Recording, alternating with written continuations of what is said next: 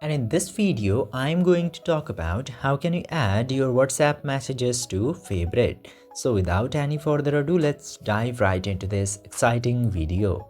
Now, in order to do that, just simply open your WhatsApp application. And after opening the WhatsApp, you will get to see a bunch of options. From them, you will just simply have to select any of the chat where you would like to add the chat into favorite. For example, I'm selecting my own chat into here and I want to add this hello chat to my favorites.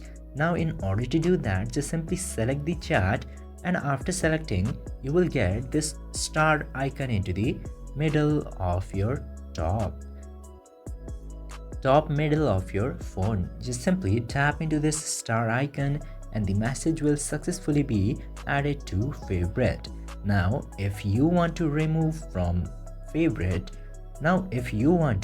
this message from favorite, similarly do select the message and then you will get this strike through star icon at the same place. Just simply tap into that and it will be removed from the favorite messages.